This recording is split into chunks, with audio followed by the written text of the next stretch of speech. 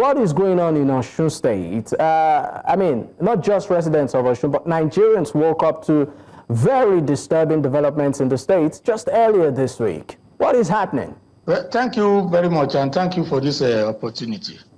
What is going on in Osun State today is an act of impunity orchestrated by politicians that has been rejected by the people of Osun under the leadership of Alhaji Irewole, the current Minister of Blue and Marine Economy. They are making attempts to enforce a judgment that is non-existent. You don't know how somebody will just wake up and be trying as much as possible to foment trouble in the name of the fact that they want to enforce a judgment. We have pushed the judgment to the whole world to see, to know that whether there is a judgment to be enforced in Osun or not. We have reinstated it. But they said they have a godfather in Abuja. They said the president is a nephew to the, Alhaji Irewole is a nephew to the president, and they will leverage on that one to come through the back door. Even though they knew the election they conducted was unconstitutional.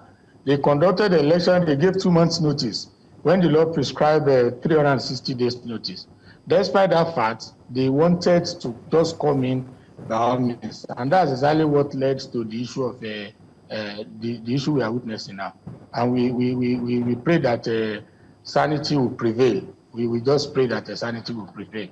I mean, you mentioned the name of the former governor of the state, Alhaji Irewole, being, maybe according to you, very integral in everything happening. And you said that they are out to enforce a court judgment. But, I mean, what we understand is that the appeal court reinstated the sacked local government chairman and councillors in the state. So how are they acting out of line?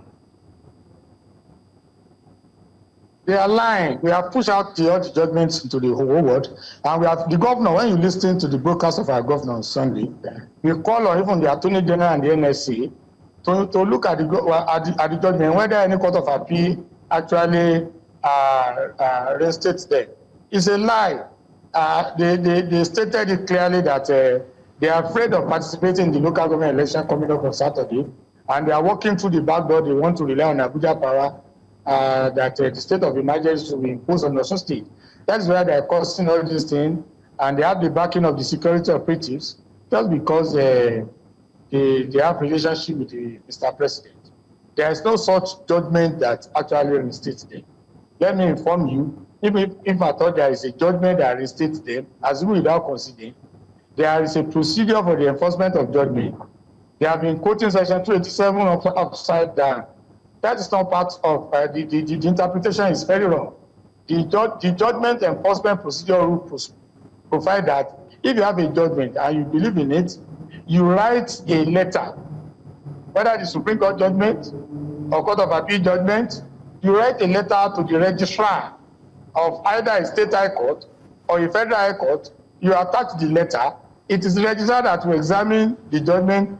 If there is another to be executed, he will now write to the Inspector General of Police or the Commissioner of Police, as the case might be. And with the belief of court, they will go to that place. The law above self-help. What they are doing is that they know clearly that they do not have any order to be enforced. They just want to use the brutal force of the federal government. And look at what happened on Monday, and look at what they are doing today. Many people were injured, and 6 people were killed, out of which 5 were PDP members. About 45 PDP members were injured.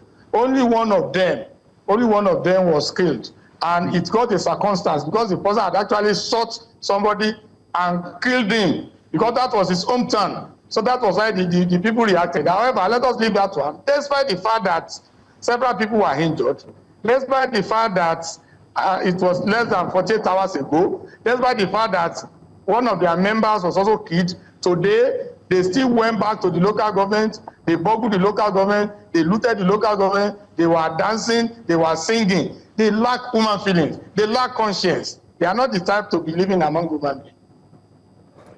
I mean, talking about the violence, some members of the state are saying there are members of the APC that, caused the attack, while some are saying the PDP members are the ones that, are instigating attacks in some parts of the state.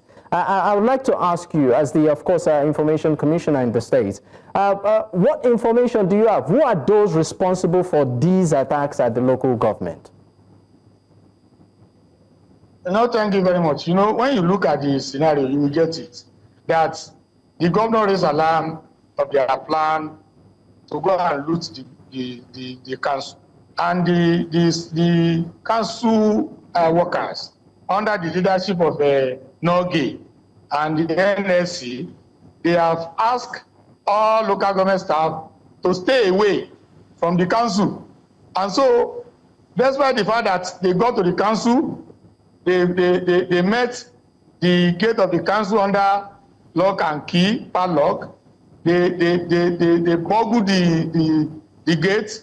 They went into the council secretariat. They started looting. It was the people that reacted, and that was how they started inflicting injury on the people.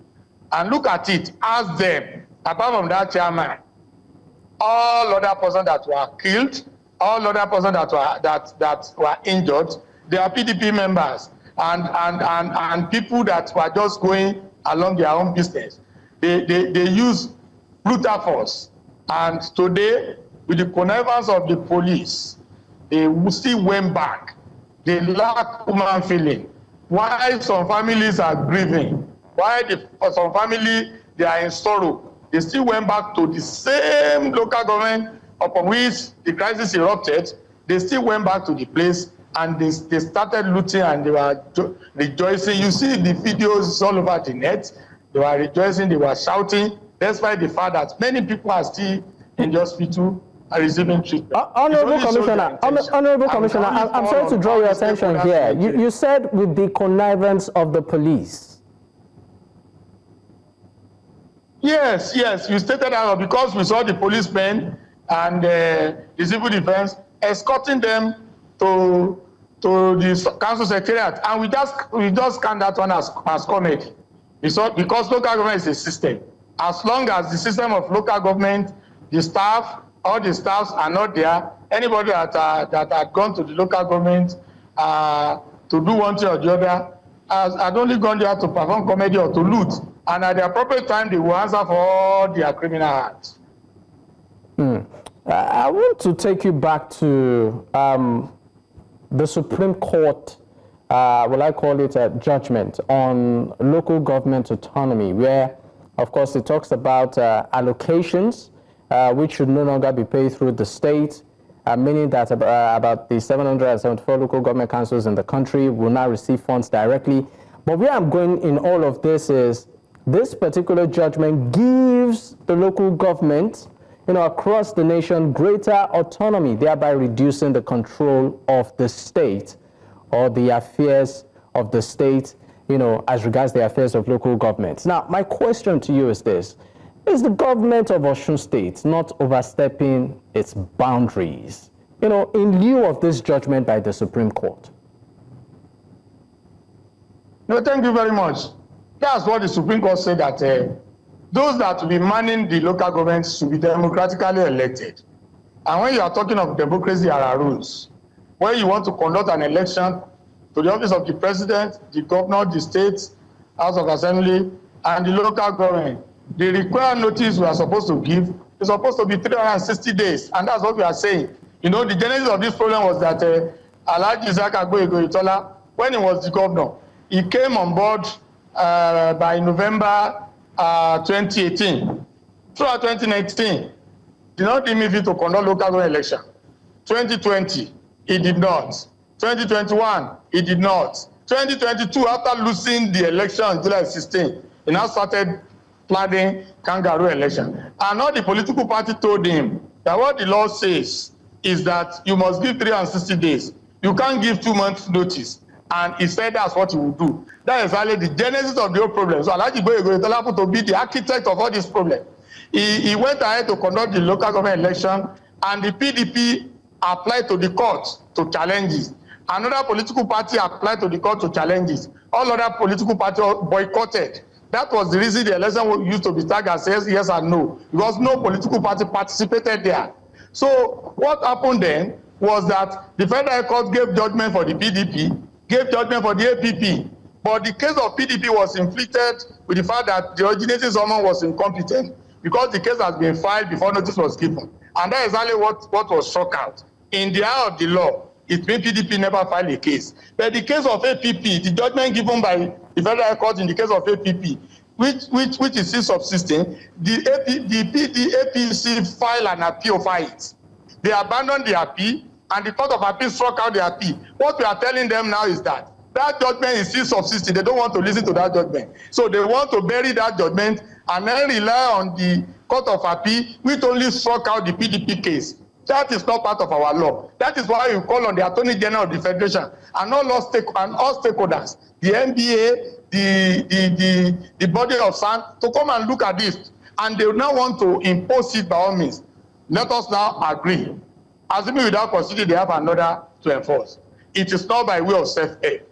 You will apply to the registrar of the court, who will eventually write to the police and ask the bailiff to accompany the police. That is how to do it. But because they know that there is no order for them to be enforced, that is why they want to rely on the IGP to achieve their way through the back door, and nobody will allow them. They are only joking.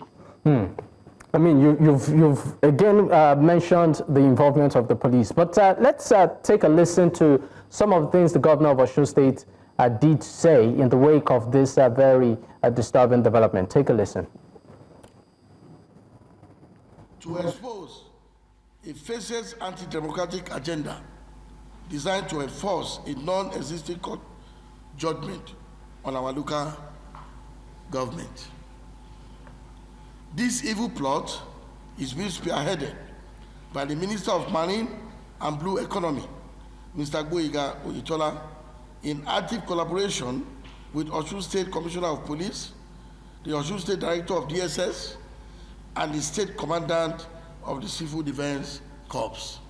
I therefore appeal to Mr. President, who is a renowned Democrat, to insist on the rule of law by instructing the Inspector General of Police, the Director General of DSS, the Commandant General of Civil Defense Corps not to obey an illegal order from his nephew, Mr. Gboyega Oyetola.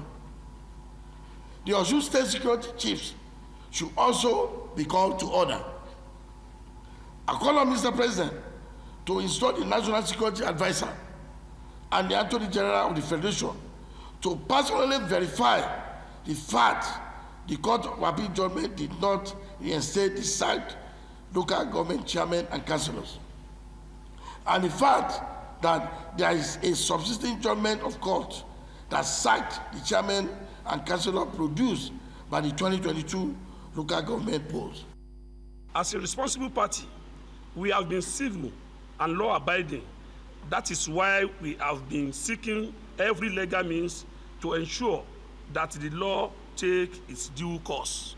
It is surprising, however, that the government has begun to deploy so many tactics to avoid enforcement of the judgment, which ought to be automatic and immediate. The governor, Ademola Adeleke, and his men had at initial stage alleged that the judgment did not reinstate the SAC officers, but after the colossal failure of these tactics, they rushed to order lower court judgment of the APP. Well, you just saw there a clip by the Osun State governor, where, of course, he addressed the state and gave, some sort of clarity as to what, is happening in the state. And we also played concurrently to the reaction of the All Progressives Congress, the opposition party, major opposition party in the state, reacting to the recent developments there. I still have Alimi Kolapo. He's the Commissioner for Information and Public Enlightenment. Mr. Alimi, I believe that you of course, saw that clip. I would like you particularly to react to what the APC in the state did say. The governor of the state did, just like you had, reiterated, mentioned the involvement of the former governor of the state, Mr. Gboyega, in all of this. and also alleged the involvement of the police. But the APC in the state has countered it and said, and insisting that the government of the day is acting out of line. Well, thank you very much. You know, our governor said one thing, and what was that? We posed a challenge to the National Security Advisor and the Attorney General of the Federation to come out. All these documents are with them, that if our claim is not true. See, this moment, nobody has had any response openly from the two agencies. That's to show that we are sure of our position. Their silence connotes a lot of meaning. They know that if they should come out, the position will not favor the APC or so. And you know, we told you that Alhaji Boye is a nephew to the president. And so they kept mute so that maybe if they talk, they will offend the president. We are saying it, and we call on all of us of democracy. The fourth judgment, I can send the fourth judgment to you. There are 4 judgments. There are 2 federal high court judgments, one obtained by the PDP, one obtained by the APP. The 2 judgments were never consolidated. The 2 judgments sacked the local government council. Now, there are also 2 judgments of the Court of Appeal, 1 judgment and 1 ruling. You know, we told you they appeal against the 2 judgments. Why they appeal against the 2 judgments? They abandon 1 appeal. Immediately they abandon 1 appeal, after some months, the Court of Appeal struck that appeal out. That's the one they don't want people to know. They want people to bury that one.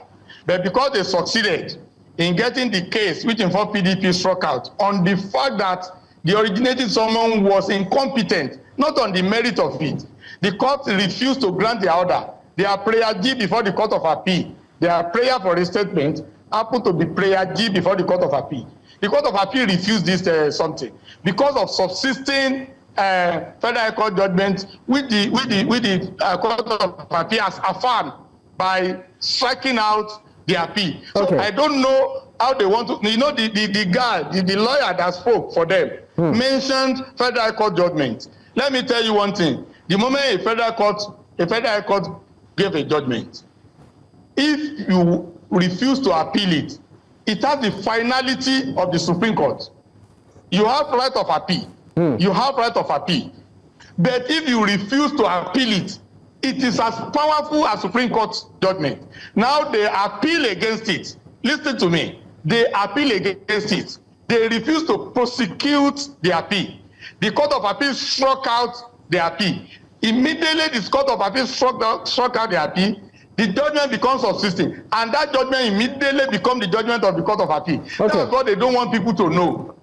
And we will not allow them to come through the back door. We are Democrats, and we will insist on the rule of law. There is no amount of threats, there is no amount of blackmail, there is no amount of any federal power that can overcome the people's power. All right. I mean, the Osun State Independent Electoral Commission, has set February 22nd for the local government elections. Now, we are seeing all of this happening in the state, and definitely there will be concerns as regards safety. Is the governor or the government of Osun State at this time, what is its plan to ensure that this process, in spite of what we are seeing now, happens, it's safe, it's free, it's fair, and it's credible? Let me tell you, for the first time, all the political parties, including APC, they are participating in this election. How do I mean? They have nominated candidates, their name is on the ballot. All political parties, for the first time in the history of Osun, they are participating. And the notice has been given for over a year ago, in line with the Electoral Act. And so this is a question of law. The election will go on as planned. So you are assuring the residents of Osun State that there will be safety? By the grace of God, we know that before Saturday, sanity will prevail from those people that are causing this crisis in Abuja, and they will instruct the Commissioner of Police, the DSS, and Civil Defense to monitor the election and provide security. That is the primary function of provide by the Constitution for the police, DSS, and the Civil Defense. They will monitor it.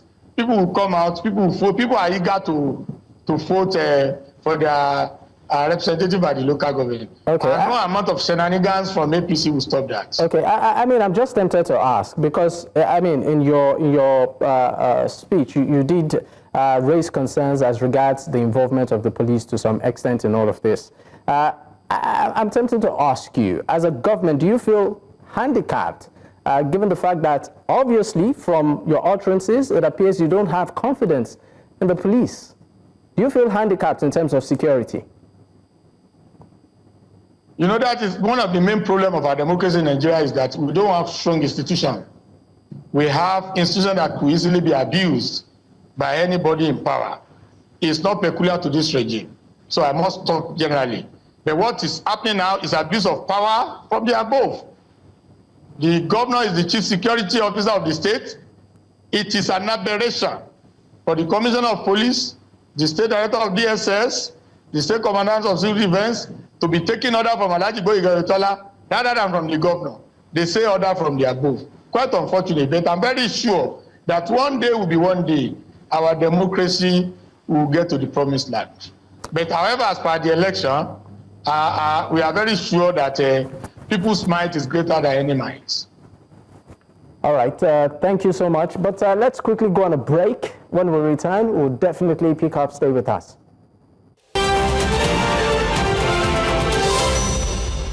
Many thanks for staying with us. It's still Politics HQ on New Central Television. I have Kolapo Alimi, is the Commissioner for Information and Public Enlightenment of Osun State.